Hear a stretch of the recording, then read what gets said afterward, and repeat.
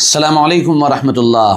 امریکہ کی 200 سالہ تاریخ کا سب سے بڑا نقصان یہ آگ ہے۔ امریکہ میں یا ہالی ووڈ میں ایسی بہت سی فلمیں پہلے بنائی گئی تھیں جن میں باقاعدہ ہالی ووڈ کو جلتا ہوا دکھایا گیا تھا، یا ہالی ووڈ میں زلزلہ دکھایا گیا تھا، یا ہالی ووڈ کو آگ کی نظر ہوتا ہوا دکھایا گیا تھا۔ ایسا لگتا ہے کہ وہ ساری کی ساری چیزیں حقیقت میں اب منظر عام پر آ چکی ہیں، اور سب سے زیادہ مزے کی بات یہ ہے کہ امریکہ کی مالدار ترین ریاست کیلیفورنیا اور اس کا شہر لاس اینجلس آگ میں جھلس رہا ہے، اور وہاں پر آگ بجھانے کا پریاپت ماترا میں سامان بھی موجود نہیں ہے۔ یہاں تک کہ وہاں کے شیرف نے اس بات کا اعلان کیا ہے کہ ایسا لگتا ہے کہ ہمارے اوپر ایٹم بم گرا دیا گیا ہے۔ بالآخر بات بنیادی اور اصل یہ ہے کہ یہ آگ آخر لگی کیوں۔ ہم اپنی اس ویڈیو میں اس کی 3 وجوہات آپ کے سامنے بیان کریں گے، جس سے آپ کو یہ معلوم ہوگا کہ یہ آگ کیوں لگی اور اس کی اصل اور بنیادی وجہ کیا ہے۔ ویڈیو کو آخر تک دیکھیے گا، ویڈیو آپ کے لیے انفارمیٹیو ہونے والی ہے، ساتھ میں اس پر بھی گفتگو کریں گے، اشارہ دیں گے کیا یہ آگ اللہ کا عذاب ہے، اور کیا اللہ کے عذاب کا کوڑا باقاعدہ امریکہ پر برس چکا ہے۔ ناظرین جڑے رہیے گا، ویڈیو کام آنے والی ہے۔ دیکھیے، بڑی بنیادی سی بات یہ ہے، اس آگ نے پوری دنیا کو اس وقت ہلا کر رکھ دیا ہے۔ سپر پاور امریکہ اس وقت فائر ہو چکا ہے، جل چکا ہے، اور اس کا یہ صوبہ بہت بڑے نقصان کا اس وقت شکار ہو چکا ہے۔ جو اصل بنیادی بات ہمیں آپ کے سامنے کرنی ہے وہ یہ ہے کہ یہ آگ آخر اتنی زیادہ بڑھ کیوں گئی، اور یہ آگ لگنے کی اصل وجہ کیا رہی ہے۔ اس میں 3 باتیں ہم آپ کے سامنے ذکر کریں گے، اور اس سے پہلے تھوڑا سا ہم کیلیفورنیا اور لاس اینجلس کے بارے میں جاننے کی کوشش کریں گے، تو یہ بات پھر پوری طرح سے کلیئر ہو جائے گی۔ دیکھیے، نمبر 1 بات، امریکہ کا یہ صوبہ کیلیفورنیا یہ مغربی ساحل پر، پشچمی تٹ پر بسا ہوا ہے۔ اچھا، اس کا ایک شہر ہے لاس اینجلس۔ لاس اینجلس دراصل ایک شہر صرف نہیں ہے، بلکہ اس کے ارد گرد تقریباً چھوٹے چھوٹے 80 شہر ہیں جن کو کاؤنٹیز کہا جاتا ہے۔ ہمارے اعتبار سے آپ انہیں کہہ لیں کہ وہ چھوٹی چھوٹی تحصیلیں ہیں، وہ سب مل کر ایک پورا کا پورا سموہ بنتا ہے جس کو لاس اینجلس ایگلوریشن کہا جاتا ہے۔ اچھا، اس پورے کے پوری 80 جو علاقے ہیں، چھوٹے چھوٹے کاؤنٹیز اور لاس اینجلس، اس کی آبادی تقریباً یعنی آپ یہ سمجھ لیجیے 1 کروڑ بن جاتی ہے۔ لاس اینجلس جو ہے اس کی اپنی آبادی تقریباً 28 لاکھ ہے۔ اچھا، اب بڑی غور کرنے کی بات یہ ہے کہ اس آگ نے جو نقصان پہنچایا ہے، اب تک یہ 40 ایکڑ زمین کو خاک کر چکی ہے، زمین میں ملا چکی ہے۔ اب یعنی اگر آپ تھوڑے سے اندازے لگائیں، سوشل میڈیا دیکھیں، میڈیا دیکھیں، تو آپ کو پتہ چلے گا کہ جو بنگلے جلے ہیں، جو مکان راکھ ہوئے ہیں، جو تباہی آئی ہے، اس میں بڑے بڑے سیلیبریٹیز کے مکان بھی ہیں۔ یہی علاقہ ہے لاس اینجلس کا علاقہ، یہاں پر ایک بہت مشہور اس کا ایریا ہے، اس کو ہیلیبو کہا جاتا ہے۔ اس علاقے میں سارے کے سارے بڑے لوگوں کے گھر ہیں، اور یہ انتہائی پوش ایریا کہلاتا ہے۔ انہی علاقوں میں کسی جگہ ہمارے ملک کے مشہور اداکار شاہ رخ خان کا بھی بنگلہ ہے۔ ابھی آپ نے ایک خبر یہ بھی دیکھی ہوگی کہ ایک ناچنے والی ہے نورا فتحی، وہ بھی وہاں سے بھاگی ہے، اس کا بھی بنگلہ شاید میرے خیال میں آگ کی زد میں آ گیا ہے، یہ آنے والا ہوگا۔ بہرحال اب اصل جو بات سمجھنے کی ہے، آپ اس کو یہ جو فوٹو دکھایا جا رہا ہے اس سے بھی سمجھ سکتے ہیں کہ یہاں جو لاس اینجلس ہے، جو یہ ہالی ووڈ کا پورا علاقہ، جو ہیلیبو کا جو علاقہ ہے جو جلا ہے، اس میں ایک طرف تو پیچھے کی طرف پہاڑ ہیں، اور پہاڑ کے بعد بیچ میں آبادی ہے، اور سامنے سمندر ہے۔ یہ بہت زیادہ خوبصورت ہو جاتا ہے یہ ایریا، خوبصورت ترین علاقوں میں سے یہ ایک علاقہ مانا جاتا ہے۔ اچھا، اس کے بعد یہ ہوتا ہے کہ جو علاقہ بیچ میں تھوڑا سا خالی ہے، اس علاقے میں کھیتی ہوتی ہے۔ موسم یہاں پر جو امریکہ کی دیگر اسٹیٹس ہیں، ریاستیں ہیں، ان کے اعتبار سے موسم زیادہ سخت نہیں ہوتا ہے۔ یعنی حد سے زیادہ سردی نہیں پڑتی ہے، سردی پڑتی ہے لیکن ایک نارمل سردی پڑتی ہے۔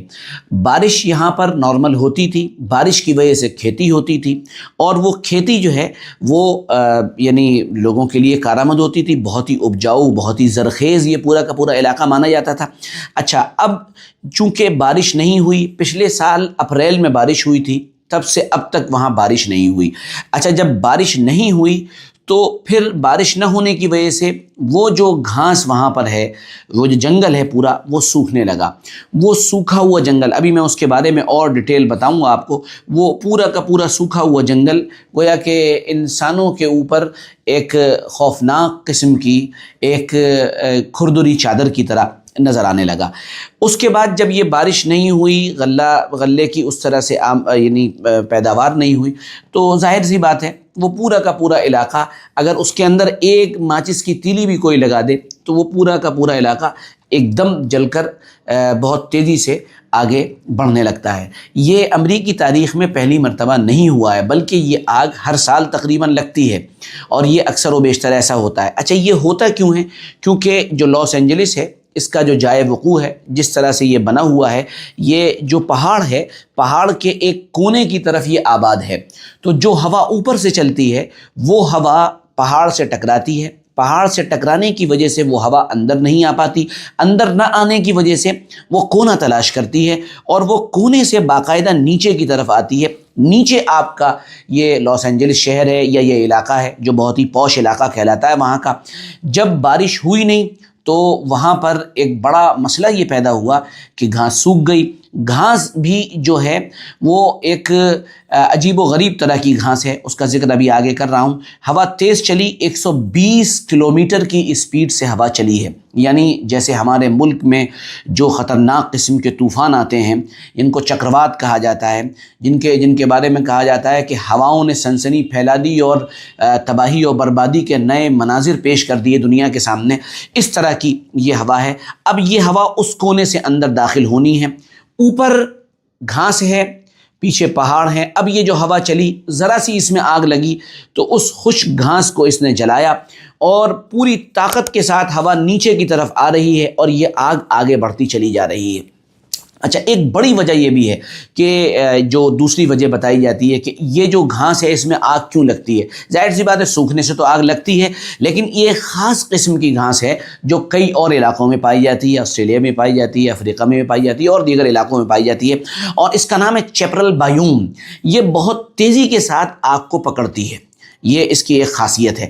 تو یہ ایک دوسری بڑی بنیادی وجہ ہے امریکہ یا اس خطے میں اس آگ کے لگنے کی۔ اچھا، ایک تیسری اور وجہ ہے، وہ تیسری وجہ یہ ہے کہ امریکہ یا اس علاقے میں جو بھی گھر اس وقت بنے ہوئے ہیں ان میں بڑی تعداد ان گھروں کی ہے جو گھر لکڑی سے بنائے جاتے ہیں۔ آپ نے دیکھا ہے جیسے ہمارے پیچھے آپ کو دیوار نظر آ رہی ہے، ظاہر میں اس کے اوپر جو بھی لگا ہو، لیکن پیچھے ایک دیوار ہے، کنکریٹ سے بنائی گئی ہے، اینٹ لگی ہوئی ہے، سیمنٹ لگا ہوا ہے، پانی لگا ہے، چمبل لگی ہے، اس کے بعد یہ دیوار تیار ہوئی۔ امریکہ میں ایسا نہیں ہے۔ امریکہ میں اکثر و بیشتر گھر جو بنائے جاتے ہیں وہ لکڑی کے بنائے جاتے ہیں، اور لکڑی کے گھر چونکہ لکڑی کے ہوتے ہیں، لکڑی آسانی سے اویلیبل ہوتی ہے وہاں، تو ان گھروں کے اندر آگ تیزی سے اس لیے بھی لگ جاتی ہے کہ وہ لکڑی کے ہوتے ہیں۔